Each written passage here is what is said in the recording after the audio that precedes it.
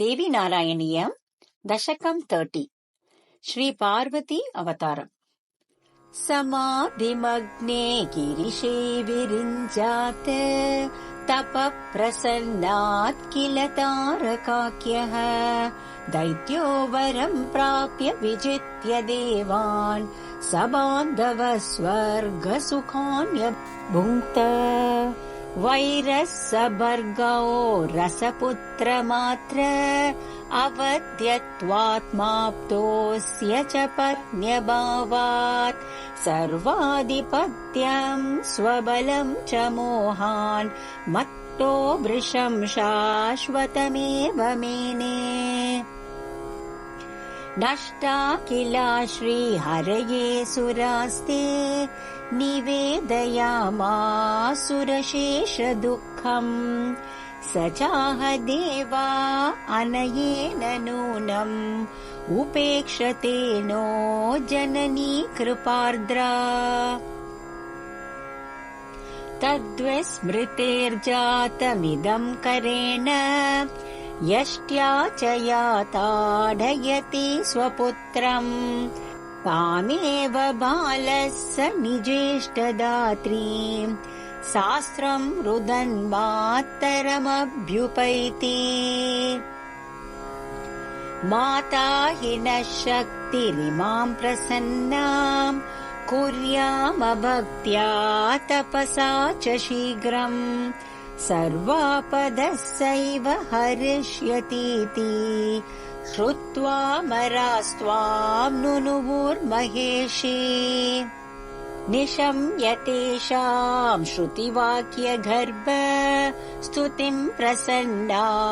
विबुधां स्वमात अलं विषादेन सुरा समस्तं जाने हरिष्यामि भयं धृतं वः हिमाद्रिपुत्री विबुधास्तदर्थम् जायेत गौरी मम शक्तिरेका सा च प्रदेया वृषभध्वजाय तयोः सुतस्तं दितिजं च हन्यात् इत्थं निशम्यास्तभयेषु देवीषु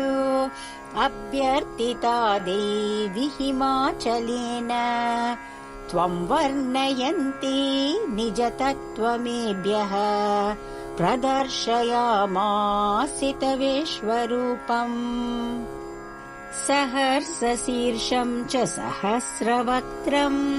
सहस्रकर्णं च सहस्रनेत्रं सहस्रहस्तं च सहस्रपादम् अनेकविद्युत्प्रभमुज्ज्वलं च दृष्ट्वेदमीश्वर्यखिलैर्वियोक्ता त्वं चोपसंहृत्य विराट् स्वरूपम् कृपावती स्मेरमुखी पुनश्च निवृत्तिमार्गं गिरये न्यगादीः उक्त्वाखिलं संस्कृतिमुक्तिमार्गम् सुरेषु पश्यत् सुतिरो ददात श्रुत्वाद्रिमुख्यास्तव गीतमुच्चैर्देवा जपध्यानपरा बभूवुः अथैकदा प्रादुरभूद्दिमाद्रौ शाक्तं महोदक्षगृहे यथा प्राक् क्रमेण तद्देवी बभूव कन्या सा पार्वतीति प्रतिता जगत्सु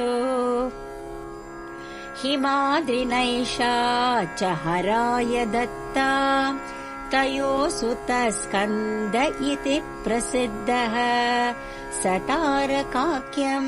दितिजं निहत्य ररक्ष लोकान् अखिलान् महेशी दुर्वाससशापबलेन शक्रो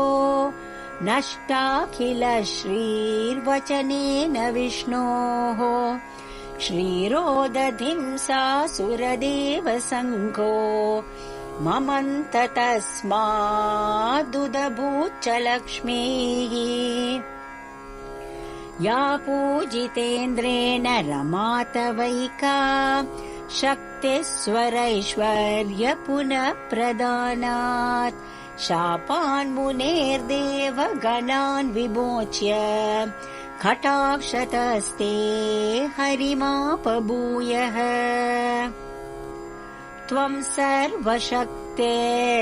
जितासि केनापि अन्यान् जयस्येव सदा शरण्या मातेव पत्नीव सुतेव वा त्वं विभासि भक्तस्य नमो नमस्ते श्रीमात्रे नमः।